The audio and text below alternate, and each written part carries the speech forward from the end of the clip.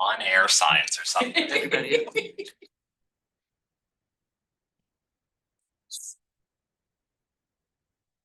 Well, good morning, everyone. Welcome to our fifth and final presentation of the 21st Year of the Town History series. Thank you all for coming out here this morning. We made it through with no snow this year. We got 5 in a row, no snow dates, minor miracle for us. I also want to extend my thanks to all the historical societies and other organizations that make this possible. That's Bath Historical Society, Georgetown Historical Society, West Bath Historical Society, Woolwich Historical Society, and the town of Arousik. Without them, we would not be able to make this wonderful program happen. And also without all of you who come and support us. Whether you're here in person or online, you are all an intrinsic part of making the Town History series what it is. And we hope that we can keep it going for another 21 years at least. I'm tired already. It's the first time I've gotten to exhale on a Saturday. Like now I know no snow dates, no more.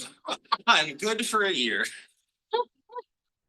Oh, I also want to extend my thanks to our speakers. That was Joe Minot from Bath, Malcolm Person from Arousik, Lauren Bray from Georgetown, Jim Brophy from West Bath, and this morning she needs very little introduction from me. She's a select person, state representative, library trustee, historian, former professor, true Renaissance woman in every sense of the word, Allison Hapler.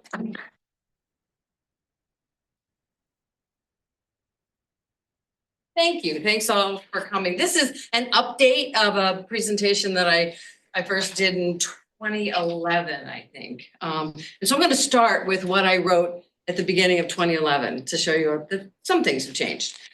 Route 1 in Woolwich is something that all residents of the town have to deal with. It's also something that the entire community has to deal with. And frankly, every tourist who travels the mid-coast has to deal with.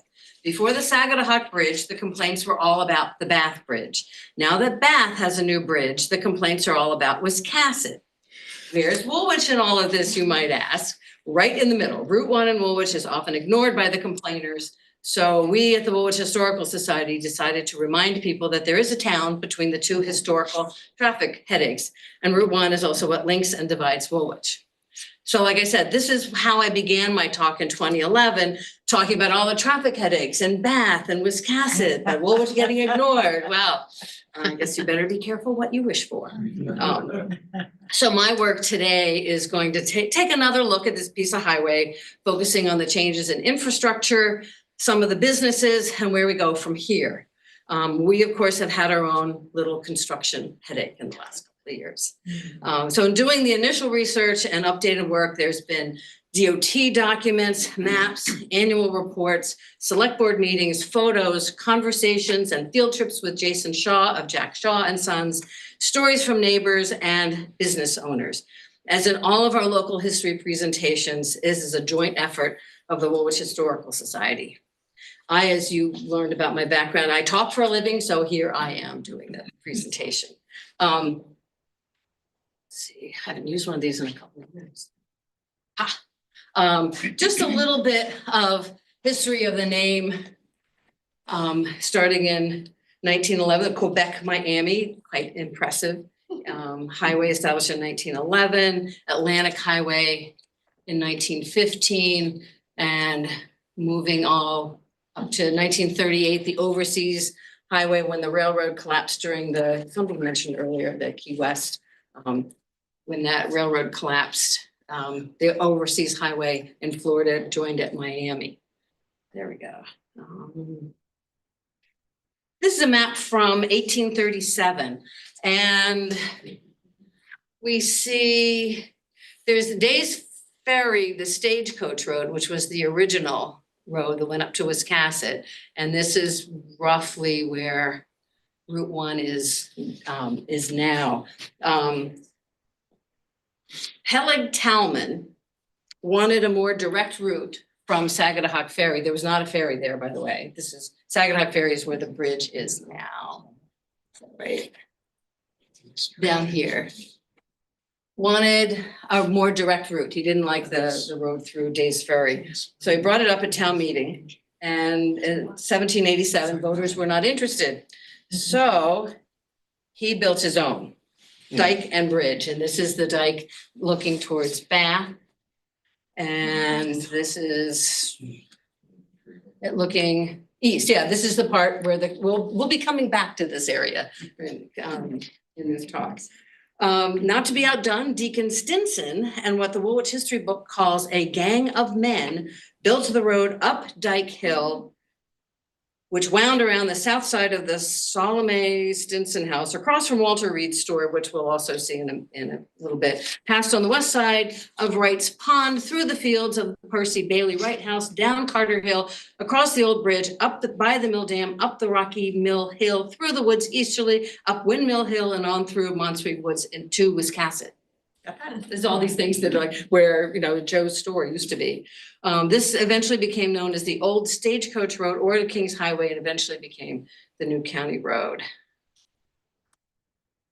This is as you can see, it's a topo map from 1945. You can see a bunch of things here. One of them is, this includes the stretch of the George Wright Road, which is the old Route 1 until 1956.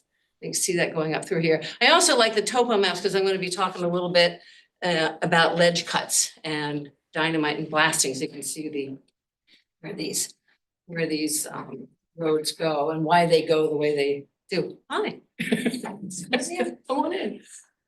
You can also see the Arousic, that's the old Arousic Bridge. And in 1957, you can see the new Arousic Bridge there. And then you can also see that this road here is the George Wright Road, and this is the new stretch of what's now, as Route 1. And this is just a close-up because I like the Arousic, the old Arousic and the new Arousic Bridge. This is obviously the DeLorme main atlas, and here you really get a sense of where the old road went. There's the dike. This is where all the construction is. I'll be talking about in a bit.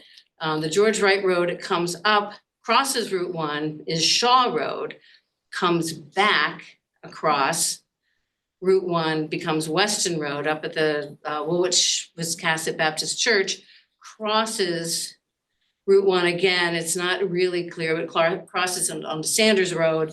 And then Sanders Road dead ends, but it eventually connects up with Honeywell Lane, which is where the flea market is. And this is because I like seeing exactly what it looks like. This is what I did on a field trip with Jason Shaw some years ago, looking at the transitions. And one of the things that he taught me was if you follow, and I don't recommend you doing this as a driver, but as a passenger, you should definitely look at this. Follow the utility lines as you're going up Route 1, and you'll see that they'll go one direction and the road goes. And so it follows actually the old highway. There's one set of transitions. There's a transition back over Route 1 to Shaw Road to Weston Road. Picture there. This is the top of Weston Road here. I'm standing kind of in the church parking lot, and then it crosses over to Saunders Road. And then, like I said, Saunders Road dead ends. This, but it eventually will, the road used to cross the railroad tracks and end up at the flea market. This is what I meant about ledge cuts. The roads wound around, right, in the old days because there was no such thing as blasting. So we start to see blasting, I guess as late as the late 1800s. I see on the town reports, the town was paying for the removal of some ledge. State highway builders were blasting it by 1905. But you first see, but it's a matter of volume. And so what you see as we move along, you'll see ledge cuts on the George Wright Road, for instance, which is a much older road, pale in comparison to these, right? These is on the current Route 1. There you can see that. Again, this is something that I learned from driving around with the road commissioner. Let's see. So I just included this map and another one because what we see, right, is that proliferation of roads, it's an indication of more cars and specifically more tourism. They start talking about trunk roads. And in the early 20th century, Maine considered the two lines to be Kittery to Portland, and then Portland inland to Bangor, which is roughly where 95 is now. And then another one starting in Portland and going up along the coast to Bangor, which is roughly where we are on Route 1. And so in 1913, the town gave the road that we call Route 1 in Woolwich to the state. Sometimes that's kind of an interesting game because sometimes the state will give things back to the town. And then, of course, we have to take over responsibility for that. But Asa Hawthorne, selectmen, presented the road beginning at Sagadahoc Ferry, thence along the county road to Wiscasset. And the highway commissioners accepted the road. And then there's a couple of major refits. It eventually becomes paved because cars are a lot harder on roads than carriages and horses. So we can see in even just in the 10 years, you can see just that there's a lot more roads. So now that I hope that we're kind of oriented, I'm gonna go back to the George Wright Road, which until 1957 was the last stretch of Route 1. And we're gonna start, this building was here in 2011. It's no longer here now. It's on George Wright Road. Walter Reed had been started working in this store. This was his store, opened it in 1930. And again, that was right on Route 1. He and his father operated the neighborhood store. And I have lots of stories of people who remember that. Jean Mank, who from Woolwich remembers men gathered around the potbelly stove there. One of my favorite stories is Dick McKelman, who lived on Phipps Point Road, remembers that when he was 10, his father gave him a 1931 Model A, which he then drove down to get gas at Walter Reed's store. Times record photographer and friend of mine, Paul Cunningham, visited him in 1995, and it was in the Times record.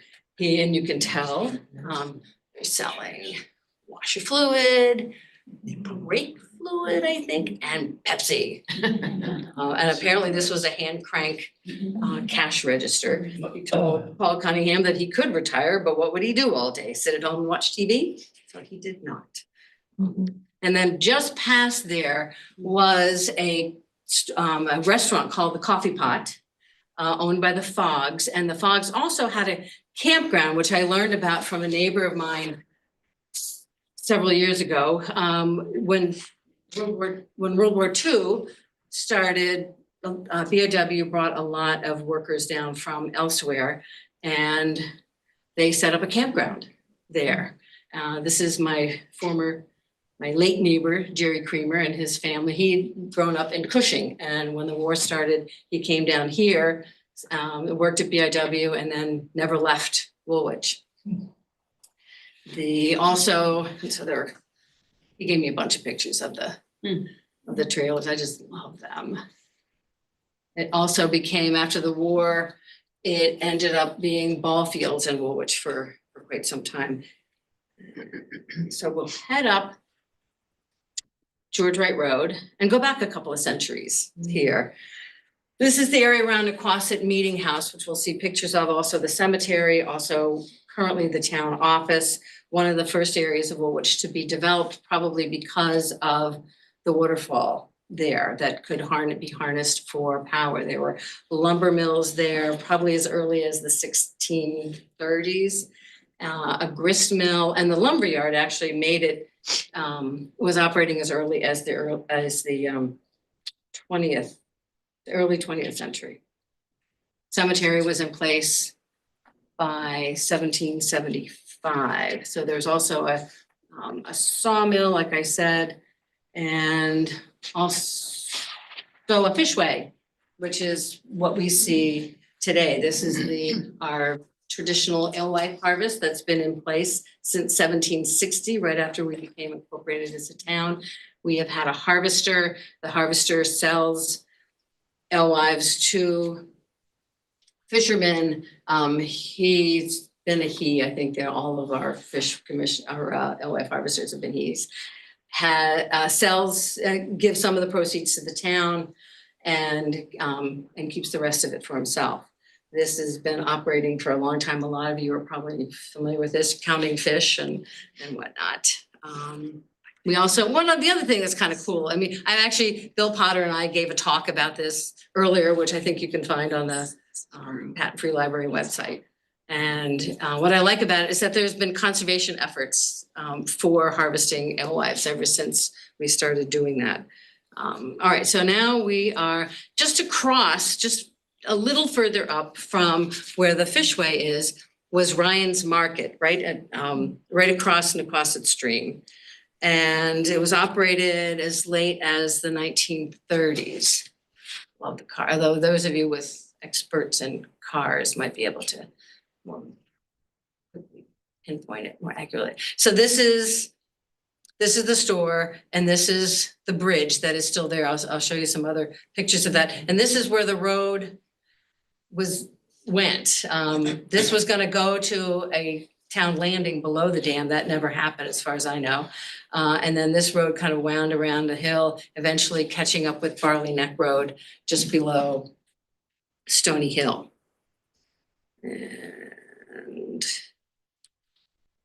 this is another version of the bridge. This is the Captain Carter house, and it was where the Ryans lived, and it was 130 years old in 1939 when it exploded. There was Christmas Eve, the Ryan family, Mr. Ryan, who worked at PIW but also was a glassblower, was doing some Christmas, actually around Christmas time, doing some ornamental work with his nephew. The gas tank exploded. They both survived, but the house was destroyed. So this is what it, this is what it looks like 15 years ago. But you can see here, this is the meeting house, this is the cemetery, and this is the bridge, and this is roughly where it looks now with the trees grown up. And this is when it collapsed in the early 1960s. And this was Road Commissioner Harold Hunt and Wiscasset contractor Lloyd Shaw narrowly escaped injury. This is from the newspaper when it collapsed. Hunt was working underneath a payloader at the time. Lloyd Shaw was operating a tractor, and his father was just getting off the bridge when it collapsed.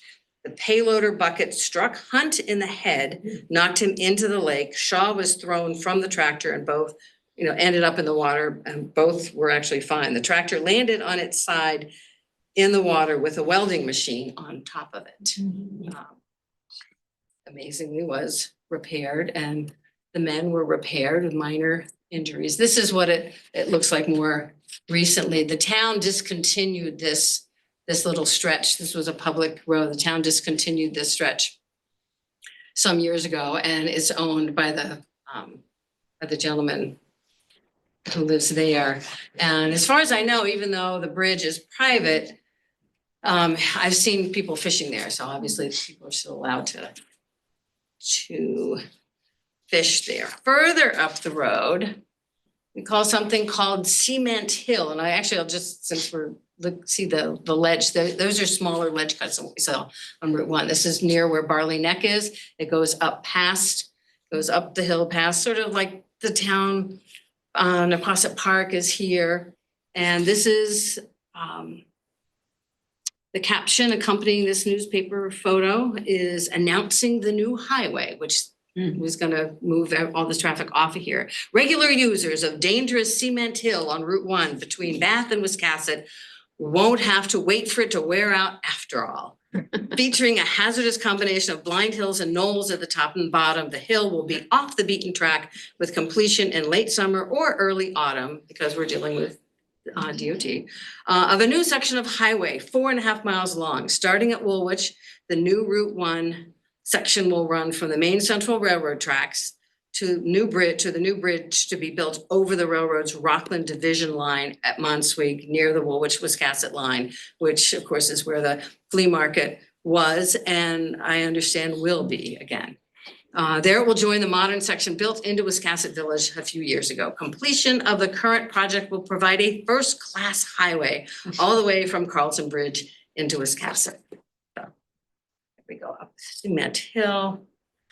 And at the top of the hill, and Debbie might be able to help me exactly know where it is. Apparently there was a windmill here in the 1800s. These were tourist camps owned by Merton and Maud Wright. This picture is from the 1930s, and apparently, like I said, there was supposedly a windmill here. Here I have some older pictures. As long as this was Route 1, there was some occasional relocation, straightening it out. You can see where the old road was. This was the new section, the cemetery up there looking a lot less overgrown, and roughly the same place there. Again, roughly the same spot. I love these. I like taking these before and after pictures, so indulge me. And here is Stretch looking closer to where Jack lives.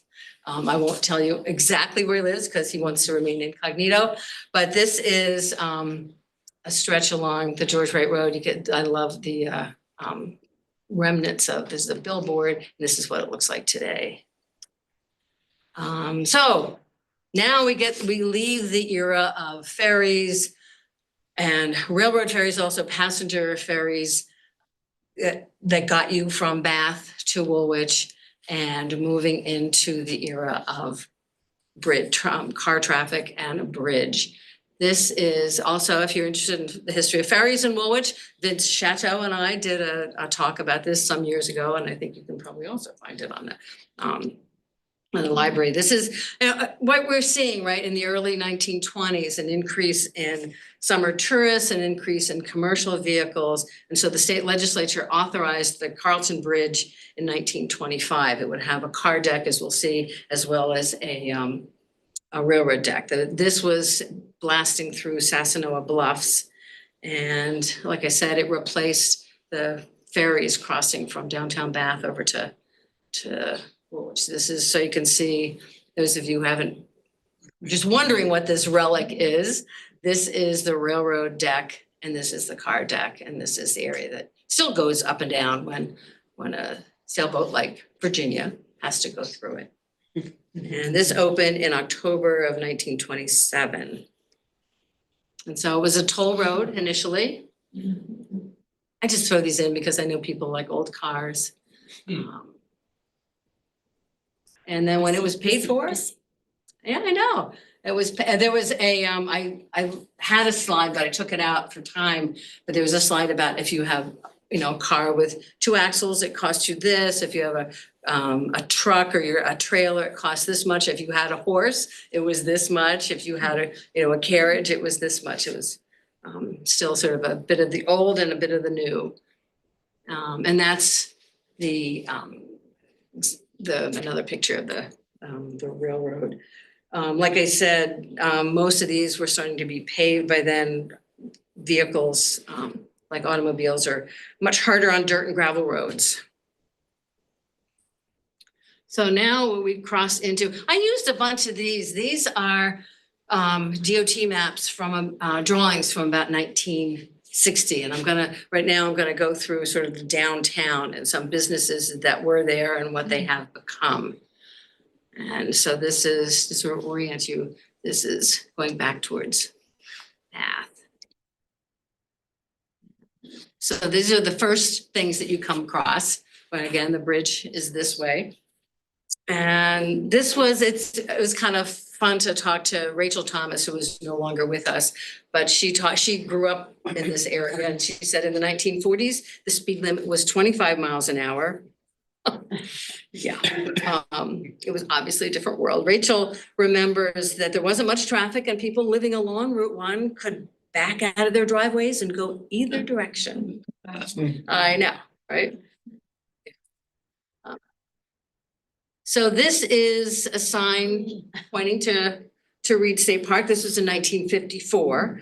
A newspaper caption said, "The sign is heavily built to last and is attractive as well as of good size. The upright and cross timbers being of logs that gives the sign a good Maine woods look."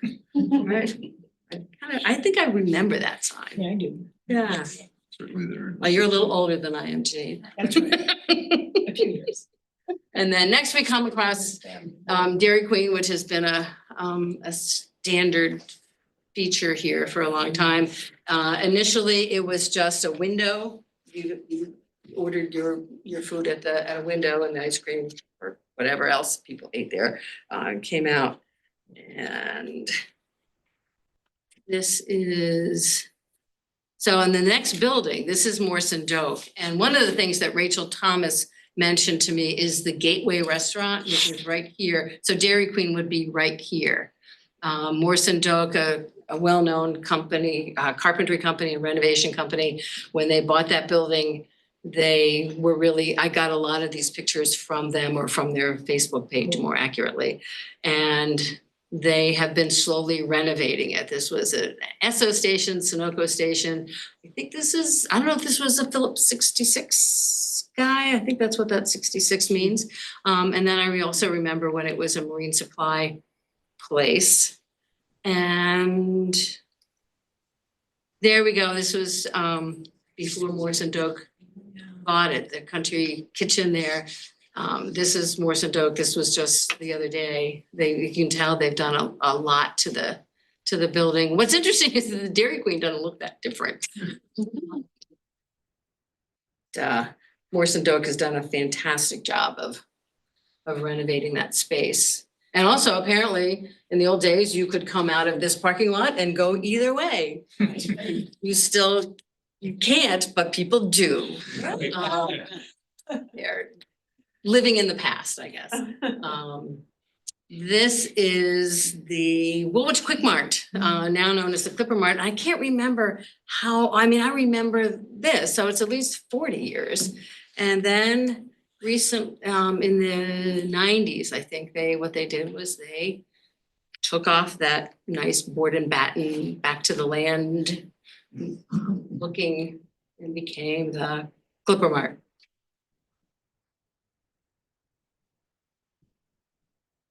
And so now we're moving up the road a little bit more.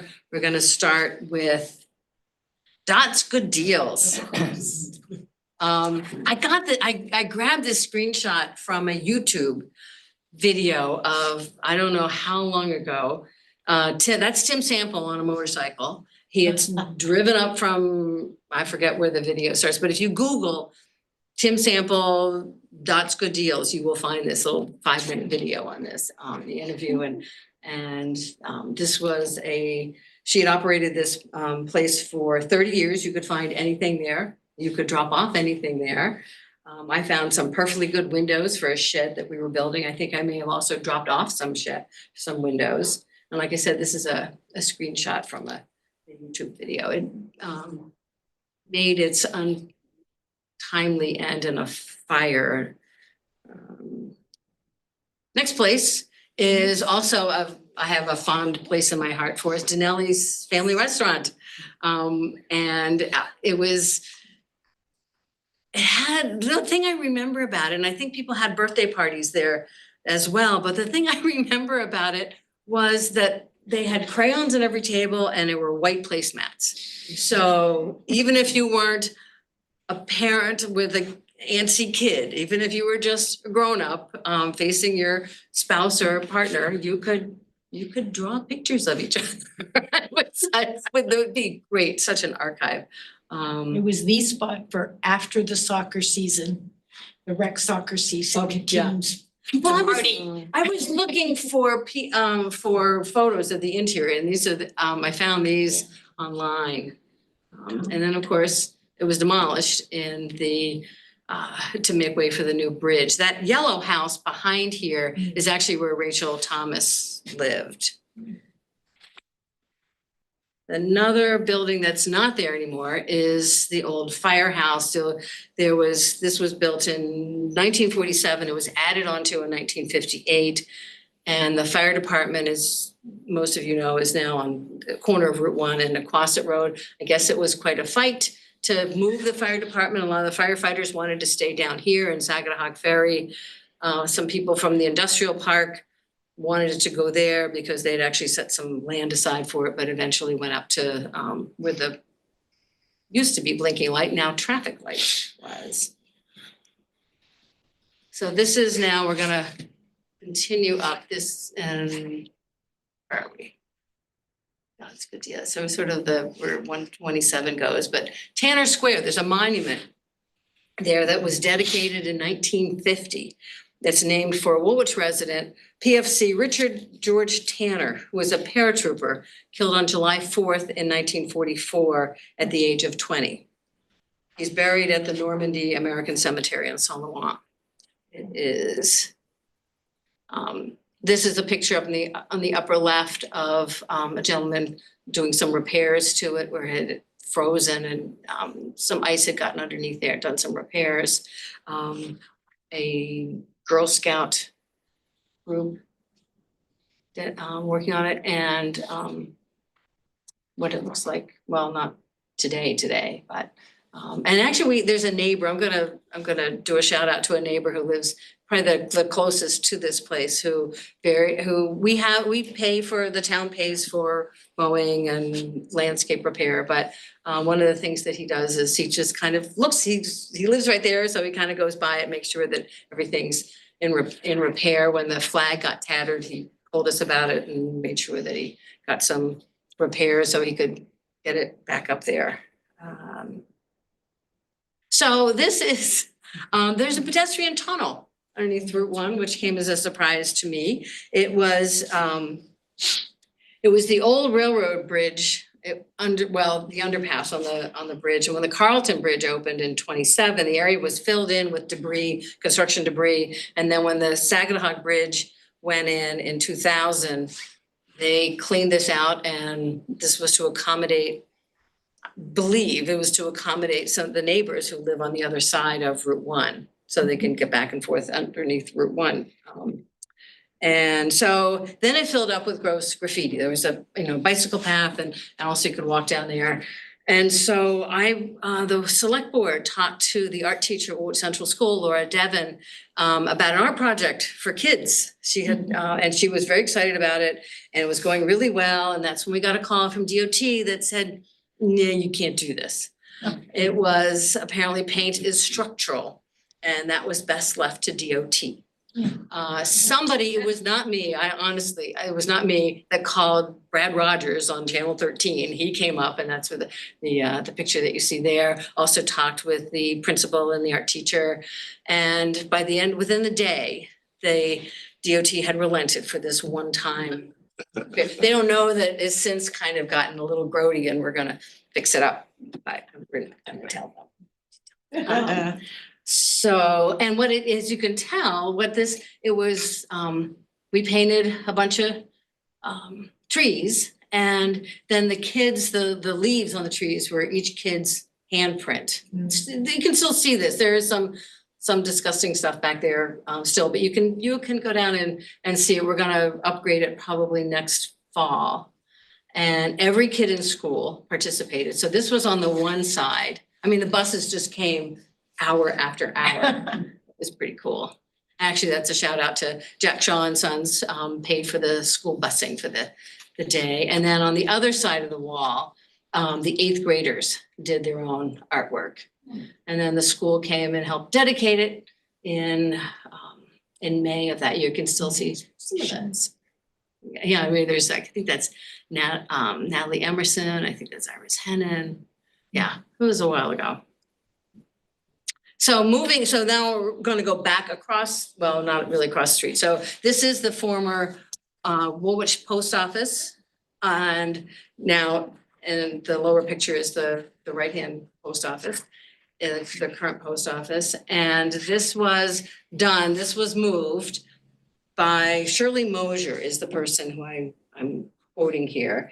They moved one of the busiest days of the Christmas season. It was rough, but we made it, she said. The move was complicated during a snowstorm on a Saturday afternoon, but she prevailed upon all the post office workers moving the things basically by hand. They didn't have a van. Things got soaked. They worked all day Saturday, Sunday, and well into the night to make sure that they could get things settled, and it was open by Monday morning.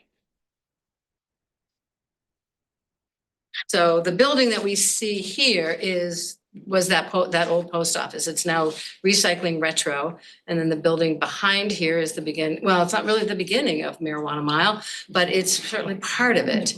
Land Race. And this building here again is Rachel Thomas's place. This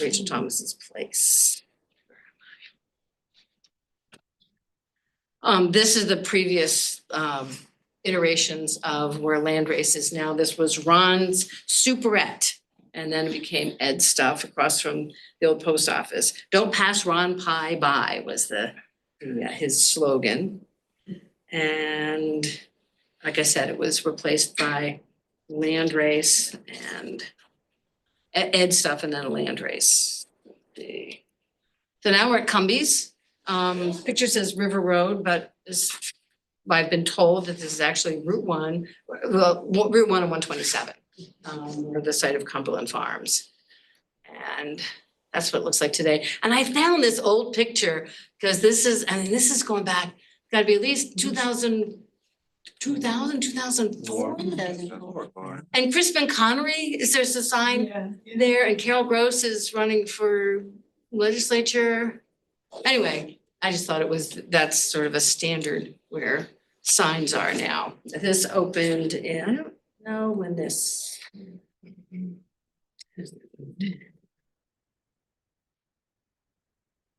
Oh. So moving back further up the highway, we see Bath Subaru and Bath Cycle and Ski. Davis Carver started Bath Cycle and Ski in 1976, and what is now and no longer the Bath House of Pizza. The Bath House of Pizza was demolished for parking, but is right next to BIW and the bridge. He moved here. He couldn't remember whether it was 1982 or 1983. Moved it to Woolwich and what was then Robert Caw's lock and key business. Davis said they had to move a 2-ton safe out of the building. And you probably can't read this, but on the map, it's identified as Carlton Lodge. And again, this was a tavern and a lodge for passengers. If you look at an aerial shot, it basically would go right down to the ferry. So people would stay here the night before. They would take the ferry. And this is Cycle and Ski. This is the various iterations, Bath Subaru's prior lives. In 1971, he had a gas station where Cumbies is now. 71, he moved up the road, sold tires, used cars, also had gas pumps, actually. That's the same neighbor who was in World War II in the campgrounds was pumping gas. What was it, 32 cents? Yeah, 32 cents a gallon. He was partners with Noise when it was Noise Tires, and then took the Subaru dealership in 1973. And that's a picture from today. After a couple of name changes, it became Bath Subaru. When I asked him why Bath, thinking that it had originally been in Bath, no, he responded that nobody knows where Woolwich is. It's like, and they still don't. Right? And so, so Bath Cycle and Ski, to be fair, was also still called Bath Cycle and Ski, but they had actually been in Bath, right? And then further up, again, the just north of Bath slogan that they had for a while is the Taste of Maine, which opened in 1978. Further up the road, we go past the Woolwich Industrial Park, which actually started as a nonprofit in 1974 through the Bath Area Chamber of Commerce. There's 113 acres there. If you haven't driven through there, you should take a ride through there. It's full now. It's where Rescue Charlie's is, and Kennebec Rental, and this building place is there. And Now we're at the intersection of what was a blinking light and is now a traffic light. The building, there's a building, so this is where Route 1 is going. This actually had been moved by Jack Shaw. I moved it to Westport Island. Another house that's not on the, just off the picture here is the J.E. Stinson House. It was built also by Captain Carter, owned by J.E. Stinson, then Frank Hodgson. He had a small store in the L. The barn burned down in 1926. It's now owned by Ben and Molly Coombs. He's a glass blower, and they also have a retail operation. And then back across the street, the Dubar House, which is now the Woolwich Historical Society. And this was sort of apparently the subject of a long and contentious set of town meetings about whether the town should buy this and move their town office and the fire station to this property. It was, Woolwich Historical Society was incorporated in, and this is kind of funny. This sign isn't here anymore. That is now part of the LED sign that's on Route 1. Woolwich Historical Society was incorporated in 1979. And Debbie, do you know when we acquired the building? I'm thinking 71, but I'm not sure. Okay, all right. And then this is where the town office is now. This is where the fire station is. We have not done a history talk on the clock, although maybe that's a good next step. As one of the selectmen likes to say, it's right twice a day. But it's a historic set of contraptions up there. It's some wooden gears and it needs grease, and when it rains, water gets in there and then it freezes, and it weighs down on the arms. And so there's a perennial debate about whether we should just update it, take all the guts out of it and just put something in there that would, like an electric thing that would work. Oh, and also to repair it, you have to, I mean, that's hollow, but you've got to climb up there using safety gear and fire department help and all that. So that's all I'll say about the clock right now. And then there are a couple of businesses at the upper end of Route 1. Some of these have had many lives.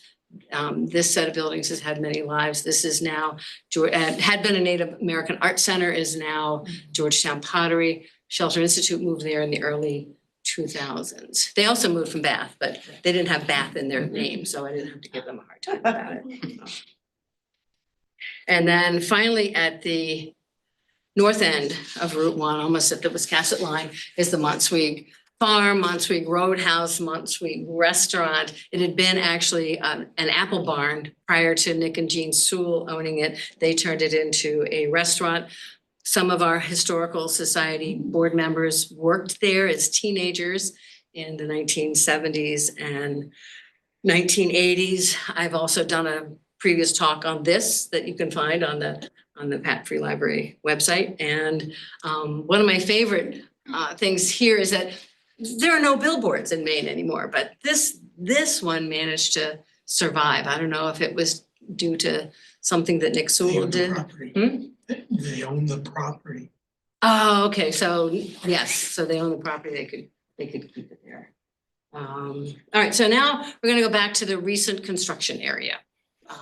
And what's happening here is the railroad tracks, as you can see here, the road used to cross at grade. It used to cross just across the railroad tracks. There was no bridge above it. And so what happened in 1934, the bridge that DOT just replaced, was they eliminated the grade crossing and went quite up a ways, as you can tell here. And you can see it here going up. This is where the Taste of Maine is, and there. And so this is the area that had been, the railroad tracks are down here. And it had, like I said, it had been at grade for the until then. So some construction projects here in 1979, 1981, for 3 years, it was widened, went from 2 lanes to 4 lanes. It was, most agreed it was in serious need of repair, according to a newspaper article. One businessman said he saw a truck put a wheel through the bridge floor, leaving a 3-foot hole and dropping chunks of cement onto the ground.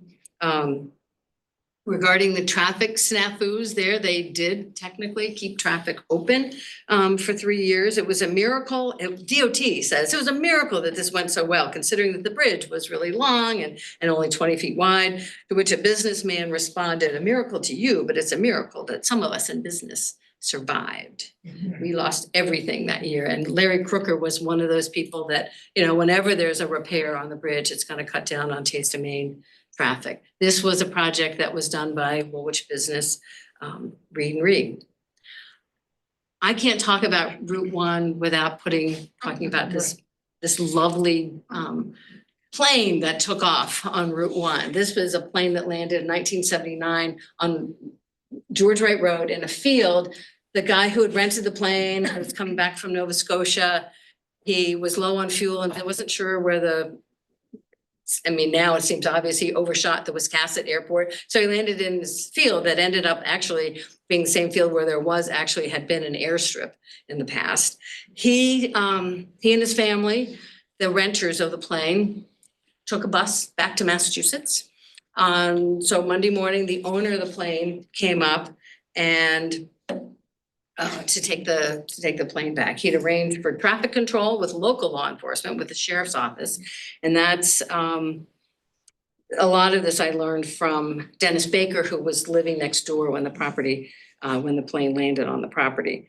Dennis Baker volunteered to drive the pilot up to Augusta this morning to get a permit. And now that I'm in the state legislature, I really understand this set of bureaucracy that they went through. They went up to DOT, to the aeronautics division of DOT, which I didn't know they had one.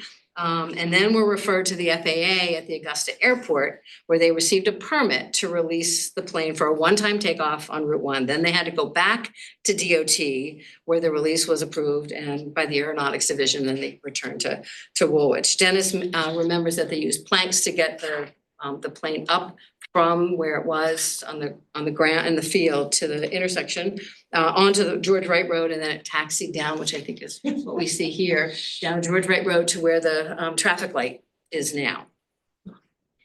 The pilot, this is from the newspaper. What's interesting to me is that this is from the Reading newspaper. It's from Reading, Massachusetts. As far as I can tell, and maybe Jack, you can help me with this, there's no mention of this in the Times Record. It makes me crazy. So, and I mean, it's not your fault, Jack, but. I wasn't quite around yet. Yeah.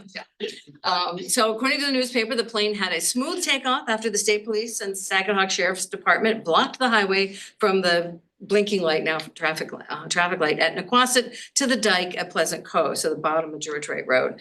Spectators cheered as the blue and white Cherokee Arrow took off. The pilot made a passing sweep to dip his wings over the crowd as a gesture of appreciation.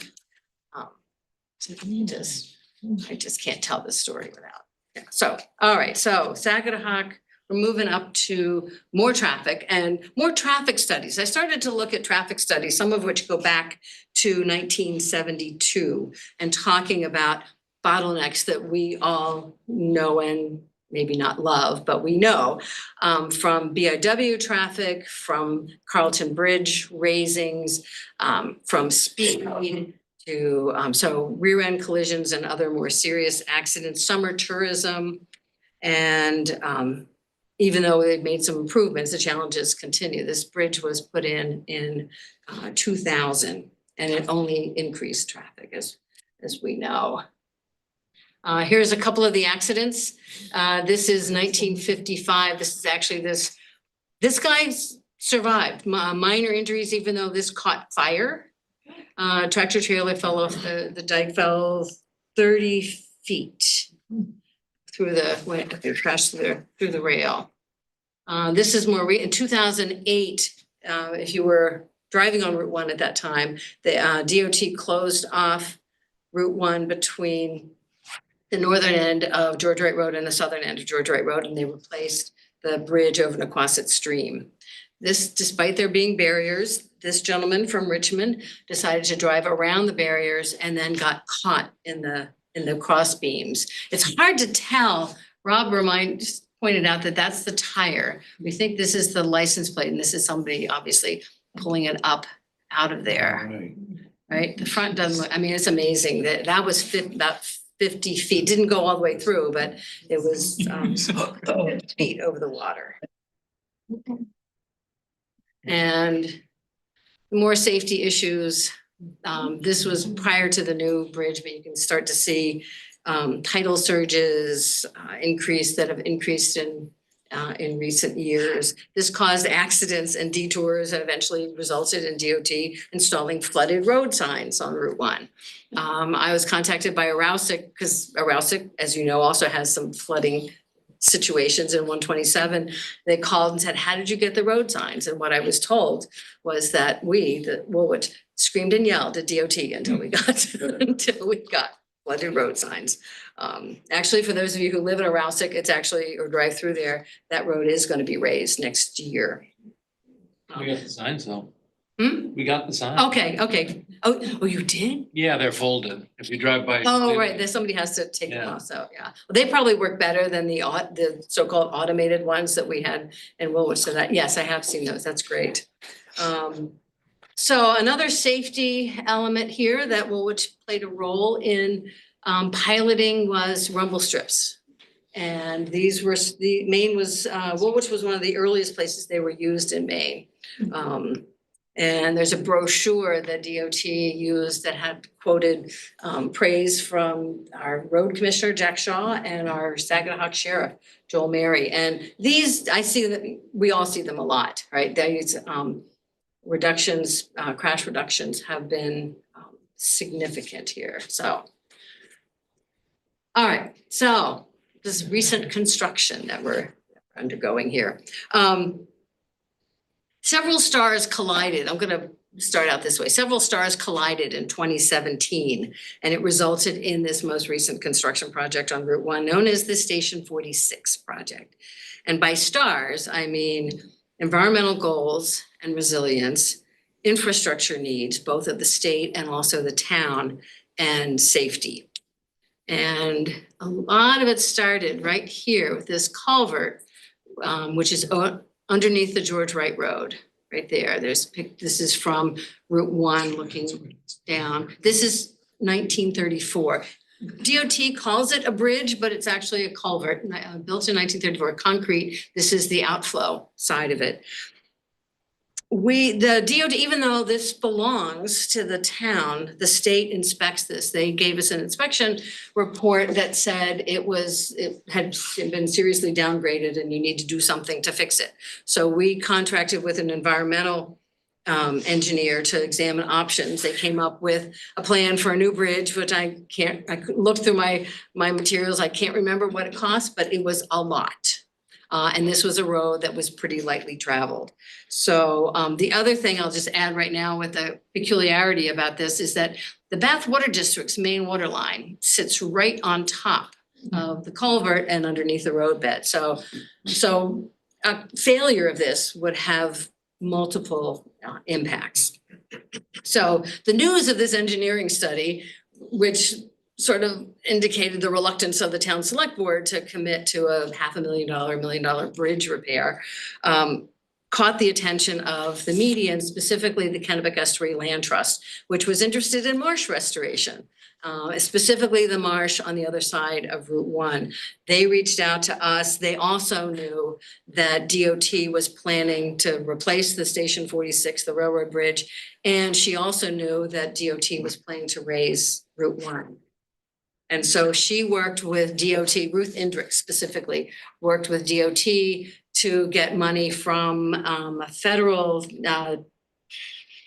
Fish and Wildlife, Coastal Resilience Fund from the National Fish and Wildlife Program to work together, and they shaped site designs. They did some hydrology. What you see here is some of the this is the marsh. This is some of the hydrology studies that she got some faculty and students from Bates College to do. And the goal was to remove the culvert to restore the other thing that was happening when they were gonna raise the Route 1 bridge, Route 1, they were gonna remove the two culverts that were there and put in an 85-foot span, which is what we're driving on now. And so that plus removing, but if you did that without replacing that constriction of the George Wright Road, it's not gonna do anything. And so the goal is to remove that entirely to restore the natural tidal flow to that area. Salt marshes are good for a bunch of reasons, right? They mitigate storm surge, they're a good nursery habitat for fish and birds. They also are a carbon sink, and so that's good for removing greenhouse gases. And so this was some of the work they did in 2017. This is the area around, again, before construction started, looking at the right on top of the dike and also looking at the plans for a boat launch now on this. If we're not going to reopen the George Wright Road, if we're not going to connect it, we now will have a boat launch that will be at the end of the George Wright Road. And so that's us conversations with some of the funders. I think actually this guy's from, I think it's King's office, I think. This is a DOT guy. National Fish and Wildlife. So in 2019, DOT presented its plan to us. They were, the existing railroad bridge would be replaced with a quote, new 4-span steel girder with concrete bridge deck structure on concrete substructure units founded on piles. This new structure would replace what they called a critical fracture critical structure that had deteriorated to the point that, again, this is the 1934, 90 years old. It was near the end of its useful life. There was a lot of rust on the substructure. And then as I mentioned, the two culverts are going to be replaced with 85-foot span. And so what they said, we're going to keep 2 lanes of traffic open during the entire time. So that meant constructing a temporary road, which you can see here. And I realized well, this could also be, a demolition, but this is actually constructing the new road. And another picture constructing the new road. And once the new road was in, they started taking down the old one. You can see all the debris here and the debris here, and then also starting to construct the new railroad bridge, and then the 85-foot span. This is the railroad bridge. This is the raising Route 1. Oh, the other thing that was kind of another peculiarity, which I hope continues actually in projects like this, is that usually DOT bridge people do their thing and DOT road people do their thing. And so this was nice because it actually was a collaboration, because it would have been a real mess if they'd actually replaced the railroad bridge and then came back even a year later to raise the railroad bridge. So this was well connected, and I'm hoping that becomes a trend with DOT construction projects. This is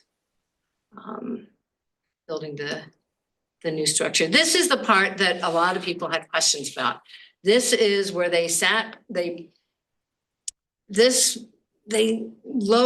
soil was very saturated. It was clay soil, saturated, very soft. Actually, if you were at the talk last week on West Bath, when they were building the causeway, they were putting in material to build the causeway, and then it would be gone by the next day because it had sunk. And part of that was because it was a saturated soil. And so what DOT did was, Reed and Reed was awarded this contract as well, put in 11 feet of fill, thousands of tons of fill to sit on top of that land to compress it, to sink it.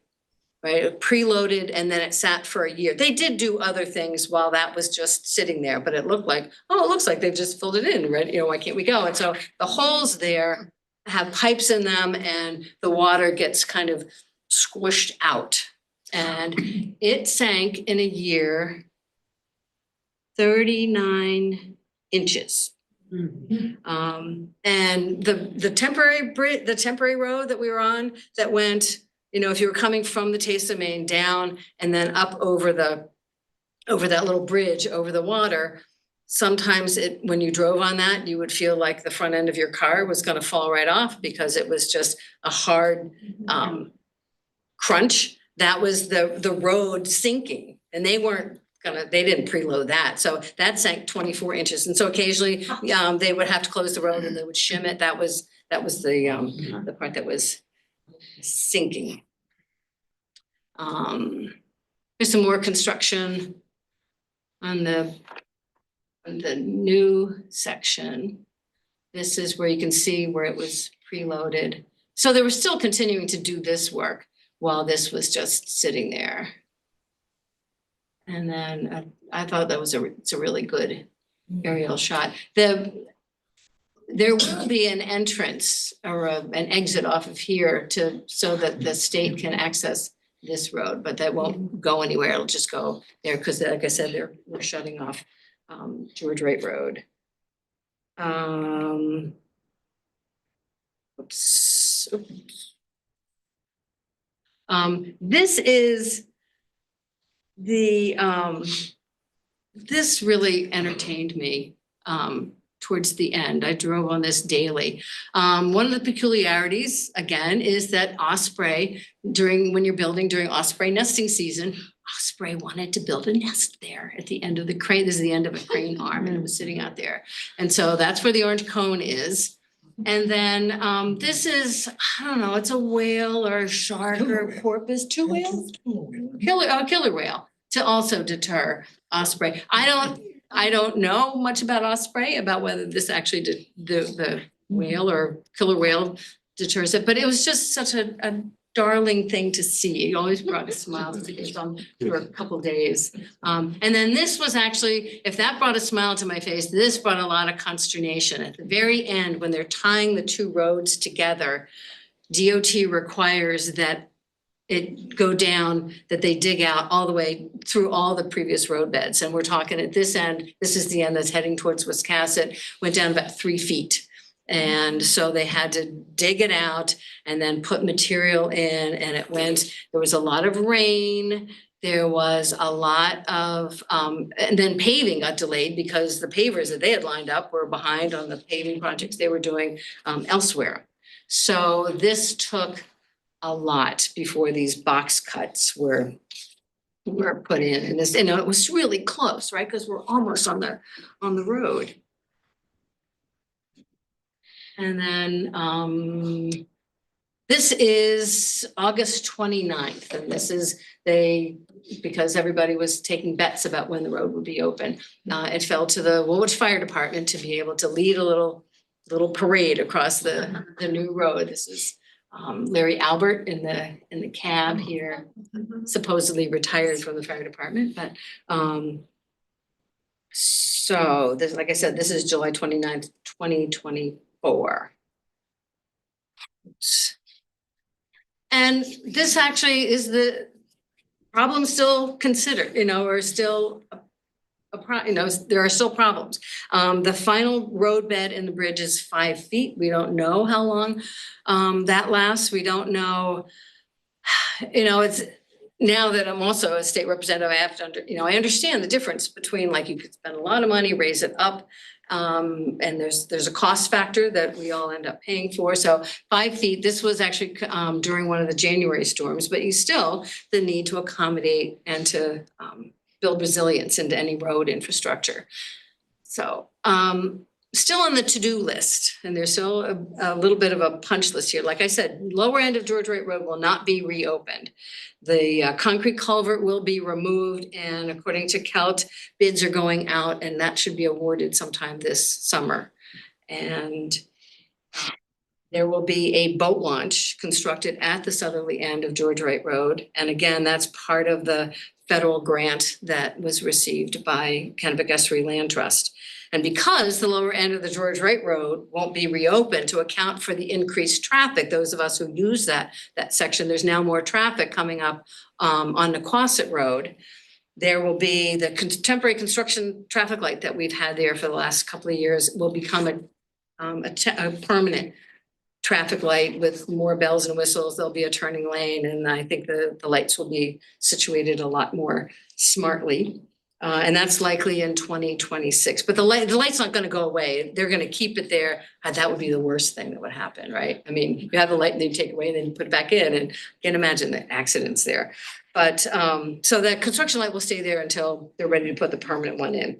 And because the George Wright Road lower end won't be reopened, DOT is also paying for a straightening of Nequasit Road so that there's not, it kind of goes to the right and then down on the left. That'll be straightened out, and that's paid for by DOT. And then because to accommodate the straightening, the town had to move its septic system and get rid of a lot of trees, which I know is something that my husband reminds me of a lot. And that is, so the federal grant paid for the relocation, and CALT will also be paying for landscaping, but that'll probably be a year or so away. Yeah. Well, thanks for indulging our fascination with Route 1. Oh. I tried to get Jason Shaw on my phone for phone a friend for all the road drop questions that I can't answer. But yes. Oh, I have a few questions. I hope that's okay. You mentioned something called a trunk road early. Yeah, and What does that mean? my guess is that it's like a trunk of a tree, right? I mean, that's the main road, whether it's 95 or Route 1, and then, people, that other roads come off of that. And my second question had to do with, which is sort of a general question, but you mentioned just now that a road is going to straighten existing road. That why would that? And you mentioned too all the ramifications, all the changes and additional things that have to be done in order to allow this straightening. Yeah, I wish I had a blackboard because I could draw it. When you turn on the traffic at the traffic light on Route 1, if you're heading north, turn the traffic light by the town office, you turn right, and the road right now bends to the left and then the right, and then it bends down by the time it gets to the bottom of George Wright Road, which makes it and it's steep. There's a piece of ledge there. And so we've actually watched fire trucks, emergency vehicles kind of drag there. And because normally, well, not normally, but sometimes those trucks would go down the George Wright, the lower end that's being dead-ended was more gradual, so they'd be able to get out there. So what it does, and so that's the safety part of it, of straightening it. And then when you straighten it, you can take out this little ledge piece that's there. So it'll be more of a T rather than a hard left. Does that make sense? You've driven it. If you haven't driven it, you should. Yes, sir. What piece of dirty secrets does Woolwich have that they could blackmail the DOT so that we got 10-foot wide shoulders rather than 8? Or Any shoulders, right? Yeah, so my husband is referring to an attempt a couple of years ago to when they repaved Route 1 to make the shoulders, which are now 10 foot, 8 foot. And anybody who knows anything about roads know what once it goes down to 8 foot, you're never gonna get 10 foot back. And so we dragged in, there was no nefariousness. This was all in public. We dragged a bunch of DOT people down to explain to them why it was a safety thing, to have the 10-foot shoulders, because any of us who have traveled on that stretch, especially during certain times of the day and certain times of the year, know that that's a speed. That's just especially by the Woolwich town office, it's straight, even with a light, people get moving fast. And if somebody's making a left-hand turn, a 10-foot shoulder gives you more safety for keeping all four wheels on the road when you pass them on the right. I think that's a typical politician answer. Could well be. Could you comment on the sturgeon? Oh, yeah, this is one of the things, the other peculiarities of this project is that sturgeon swimming through there. And so DOT, I haven't paid close attention to when DOT is in the water and out of the water, but they have to be out of the water in middle of March. And so whatever work they're doing now, they'll have to stop and go do something else when to protect the sturgeon that are spawning there. Oh, actually, the other thing I was gonna mention about the road is that a lot of that material, people ask, well, where did that material go? If it's reusable, DOT will reuse it or sell it. A lot of the construction debris that was not reusable has gone in to fill in the industrial park. So that's real. You'll find some of that stuff. Some of the riprap, I think that that is there may well be used. Hopefully if DOT, if Reed gets a contract for opening up the culvert, they'll be using some of that material right on site. Sharon. Where was the campground on George Wright Road? Was it right near the fish hatch? No, it's south of there. I'm wondering where it is. I'm unable to establish a secure connection. So why don't I just go back? Oh, it's the Wi-Fi. I don't know. I would love to know. I know where the Reed store is now a house. And it was right past there, and I don't know if that's the beginning of your road. It could be. But I'd be happy to talk in the woods with you. That'd be fun. Yeah. Yes. Been a lot of conversation about safety sorry. for. Yeah. Oh, Yeah, go ahead. there's been a lot of conversation about safety for automobiles and trucks, but what about for pedestrians and cyclists? I'm sure you've heard something about it. Well, actually, I got in some trouble. Oh, hi. We're very large.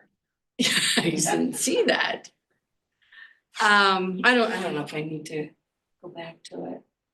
I can try and figure it out. There are, but one of the things that happened when I was first on the select board back in 2010, 2011 is widened the bicycle paths this on the side and downtown Route 1, right? So they kept them, they actually cut down a lane and I got yelled at by a number of people Yeah. for doing that. So there is that.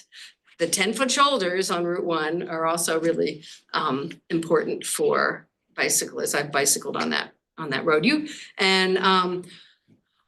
would want to walk on that road? I know. Actually, you walked home from school one day, as I recall.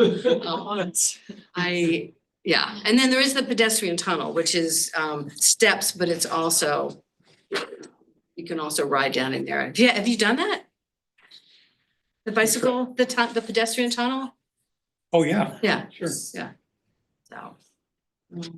Yeah, Jim. You know what Reed or MDOT did with the cast concrete slabs that they used for the bridge? Meant to mention those. Looks like they were piled up, it looks like, and I can double check, it looks like they were gonna reuse them. One of the things I like to think that lessons learned here would be that when those concrete planks went up by the Taste of Maine, that part of the bridge, it was depending on the kind of traffic that went over that was sounded like a jet going off. The way those planks, I call them planks, right? They were concrete, they were, I don't know, yay wide. And they created some incredible noise that I was invited to see there. I like to think, and we complained didn't result in any changes, except that I'm hoping in the next round of stuff that they do. Just an observation there, we could tell how heavy the trucks were by the resonance that was set up as it would go across the concrete slabs. Yeah. When we were driving on the new bridge, you were the first person in your neighborhood were the first people I thought of. I was gonna call you, but I figured you would be sleeping because it was Couldn't. so loud. Yeah. The Cement Hill, And you and I have talked about it, we don't know why it's called cement hill, I don't know if anybody else here would know. But I wonder if it's, that they had to pave the road with cement, because of the steep. Yeah. So it didn't wash out. I wonder, I mean, they're talking about how it didn't wear out, and so I wonder, because there wasn't a cement plant there, we would know that. So I wonder if that was the reason it was called that. Projects for future history talks. Yes. Do you, the Taste of Maine has been sold for sale for a long time? I don't know. Not yet, no, Not yet. no, that hasn't, one of my clients is one of the family members and so I've kind of gotten some updates and whatnot, but not as of yet.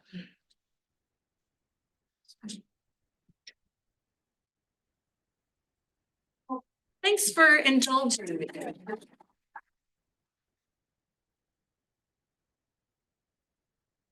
I almost got you back by the time you were done. I know, it's okay. But I got my I steps. could, Sharon, I could show you where that picture is.